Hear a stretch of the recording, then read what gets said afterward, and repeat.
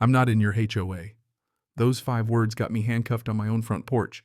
The HOA president's face turned purple with rage as she screamed at the bewildered officer. "Arrest him! He's violating community rules!" And right then it hit me like a slap. I was being treated like a criminal for stating a simple legal fact. There I was, the whole neighborhood watching, getting arrested for the crime of not joining her club. Ever been bullied by someone with imaginary power? Because let me tell you, this psycho's meltdown was about to destroy her completely. 6 months earlier on Maple Street, I watched as the moving truck idled and strangers carried boxes labeled Rebecca's Garden Seeds. Our modest 2-story sat at Maplewood's edge chain-link fence, cleanly marking where HOA lawns ended and my property began. That line wasn't just a strip of steel, it was the real reason I'd chosen the place. The deed spelled it out. Lot 47's independence was grandfathered safe from the eastward HOA expansion back in 2015. After 18 months stuck in an apartment, my daughter Jenny could finally plant Rebecca's wildflowers again. We even got $5,000 off the price because of the quirky legal situation, the realtor's words. Perfect for a widowed software engineer who wanted nothing more than peace for his little girl and space for wildflowers to bloom without breaking anybody's aesthetic rules. Peace lasted about 18 hours. 7:28 a.m. Thursday. The doorbell's shrill chime cut through Jenny's breakfast chatter right in the middle of my very first pancake attempt in that new kitchen. Through the peephole, corporate armor, steel gray hair, crisp navy blazer, leather clipboard held like a weapon. Margaret Whitfield. Her smile was pure suburban theater, warm enough to suggest neighborliness, cold enough to establish who was in charge. "I'm Margaret Whitfield, president of Maplewood Homeowners Association. I wanted to welcome you to our community and address some immediate landscaping concerns." Behind her, a pearl-white Mercedes gleamed in my driveway vanity plate reading HOA Prez in gold, catching sunlight like a crown. Everything about Margaret said she expected automatic obedience. I opened the door, halfway mug in hand. "Good morning, Mrs. Whitfield.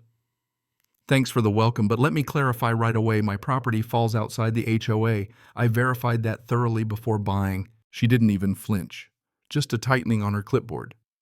"I'm afraid there's been a significant misunderstanding, Mr. Thompson. All properties within Maplewood's boundaries fall under our oversight for community standards.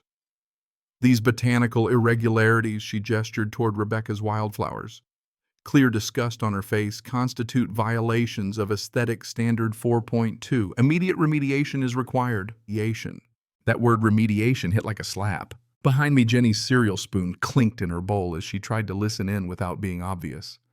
Margaret's words weren't accidental. She sounded more like someone covering up a crime than someone with landscaping preferences. "Mrs. Whitfield," I said, calm, explaining like you would to a confused kid, "my deed predates the HOA's expansion. It's grandfathered independent under county law. The flowers stay. Any further contact go through my attorney." Something predatory flickered in her eyes. She glanced at her gold watch, not checking the time but looking for comfort. "Community compliance isn't a polite suggestion, Mr. Thompson. It's a legal obligation. Perhaps you should consult our recommended attorney. There are dangerous misconceptions about your status here." I didn't need her recommendations. My legal standing is clear through county records. "Have a pleasant day, Mrs. Whitfield." I started closing the door, but she stepped forward, that clipboard blocking the way. "This conversation is far from over," she hissed, voice low and threatening. "You have 48 hours to begin compliance. After that, we escalate." Her Mercedes purred away with smugness you could hear. Jenny appeared by my side, looking up with those big, honest eyes. "Daddy, why was that lady so mad about Mommy's flowers? Kids always cut straight through adult BS. She's confused about what she actually controls." "Honey," I told her, though, truthfully, Margaret's certainty rattled me more than I let on. That night, I spread the deed and surveys out on the table. Every line said the same Lot 47 stood outside HOA control. But Margaret's confidence gnawed at me. Tuesday, the first violation notice arrived, certified mail. Margaret's signature in confident script, unauthorized landscaping assessment, $50. Compliance within 7 business days. Looked official, sounded official, but had zero legal force. I should have laughed and trashed it. I should have called my lawyer right then.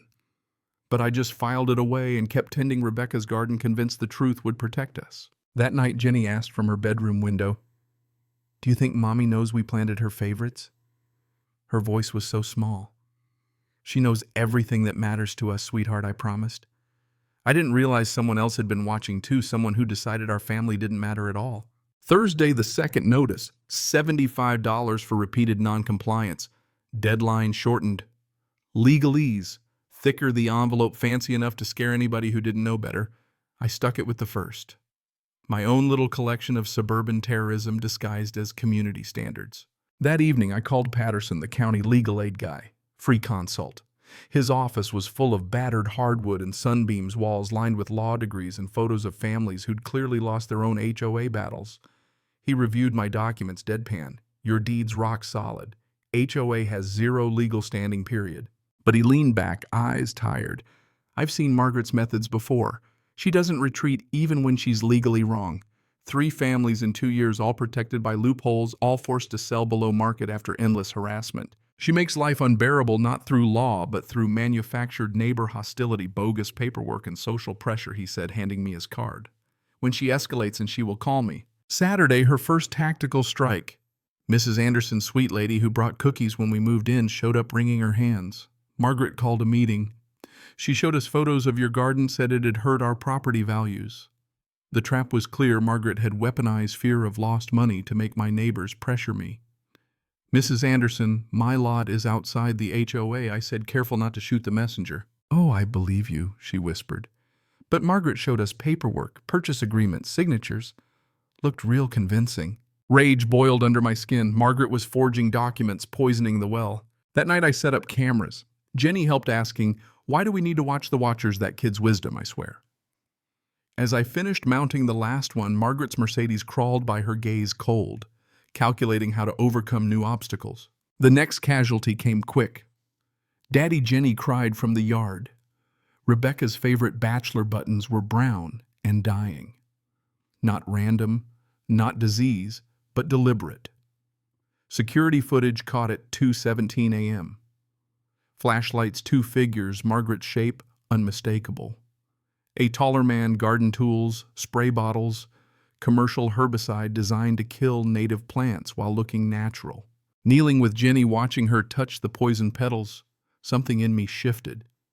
Margaret had declared war on my family's healing, on Jenny's connection to her mom.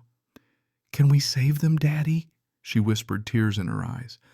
Some of them, I promised, but I was thinking about costs way bigger than flowers. Jenny, that woman isn't just confused about rules anymore. She's trying to hurt us. Jenny looked up serious. What do we do? I pointed to the camera. We show everyone who she really is. Margaret's next move, she called my boss. Complained about personal conduct, Janet from HR told me. Alleged harassment, violating ordinances. Margaret wasn't just after my property. She was after my job, my ability to provide for Jenny. That night, Jenny helped me photograph every wound in the garden label, every timestamp, build a file of undeniable proof, so they can't pretend it was an accident, she said. That weekend, while Jenny did homework, I started digging. Property records, court filings, business registrations. Patterns emerged: 3 families in 18 months, all forced to sell under value after harassment. All sold to Whitfield Properties, LLC, Margaret and her husband's company. But I wasn't the first to fight back. I found the Hendersons in North Carolina. Sarah responded. Finally, someone who believes us. Margaret destroyed our peace for 8 months. We have documentation. And then jackpot audio from Margaret's back deck. The widower in Lot 47. Perfect for emotional pressure. She even mentioned her connection to Officer Mitchell. Jenny caught me Monday morning red-eyed at the kitchen table. Daddy, you look like you didn't sleep. I smiled. Just working on a grown-up problem, but I think I know how to solve it. Because Mrs. Anderson brought cookies yesterday, she was worried about Margaret bothering others too. That's when I realized this wasn't just about us. The neighborhood was watching, waiting for someone to stand up. My fight was for Jenny, but also for everyone Margaret had hurt. I dug deeper. Margaret wasn't just overzealous. She was a predator. Public records painted a history of broken homes, suspended real estate licenses, a first marriage that ended in bankruptcy and obsession with control. She'd grown up poor, craved power, used her husband's money to buy status, and feed her need to dominate. Then I found it, the money trail. HOA assessments had risen, funds funneled through shell companies. Margaret and Richard weren't just collecting houses, they were assembling land for a resort. And the target selection, single parents, elderly, anyone vulnerable. Her email said it all, target emotional vulnerabilities. The widower in lot 47 is perfect. Margaret didn't just want my lot, she wanted to break me. Friday, the final puzzle piece. Officer Mitchell's harassment reports all copy-paste same wording time-stamped when he was actually across town. The whole system was rotten. I discovered a weakness. The HOA owed $340,000 to the bank secured by liens, including on my property illegally. Patterson had an idea: buy the debt.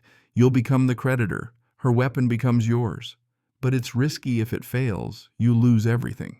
That night, Rebecca Williams, an investigative reporter, set up shop in my kitchen. Margaret isn't unique, she said. There are dozens like her across the state, across America, but your case could break the template. Wednesday, I sat in the bank nerve shot.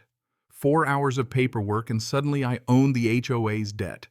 All the leverage Margaret had built now belonged to me. Thursday. Margaret tried one last threat, texted my daughter's safety. But I was ready. Friday. Patterson called. It's done. You're the creditor for every property in Maplewood. Full foreclosure rights. I just sat there stunned. The guy she tried to run out now held the whole neighborhood's fate. But that power came with a choice: become her or do better. Tuesday, the bank tried to backtrack paperwork irregularities. Margaret had pulled strings, but I wasn't letting go. By 8:30, Margaret rolled up in her Navy power suit, Officer Mitchell in tow, holding an eviction order. Neighbors gathered to watch my defeat. But as she shoved those fake documents at me, I just smiled and sent a text.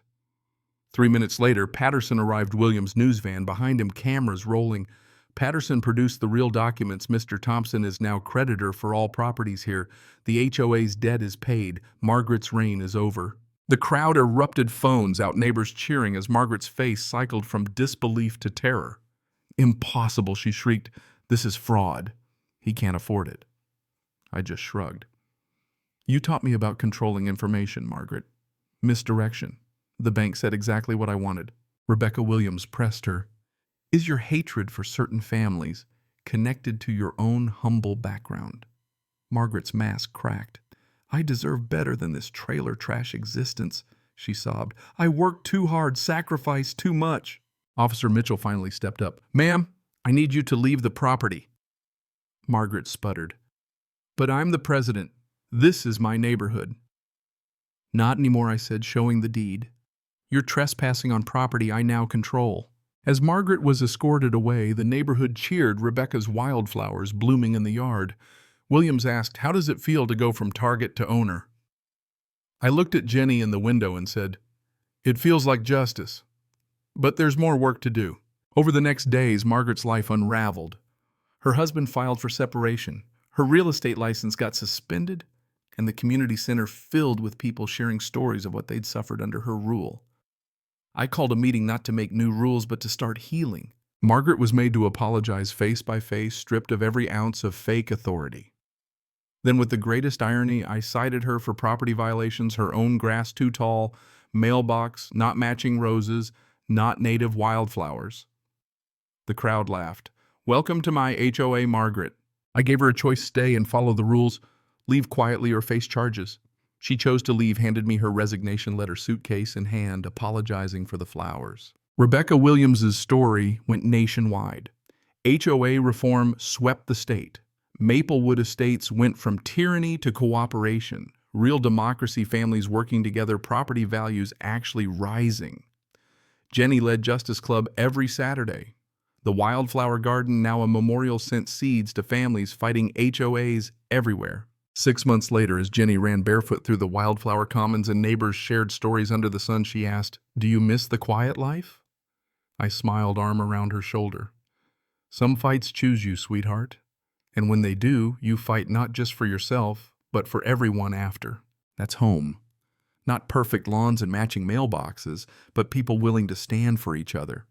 And when the next call for help came from a veteran threatened by another HOA, I answered, Rebecca's Garden Legal Support, Michael speaking. How can we help you fight back? Because the seeds of justice don't just stay in one yard, they travel and bloom wherever people refuse to surrender their sense of home.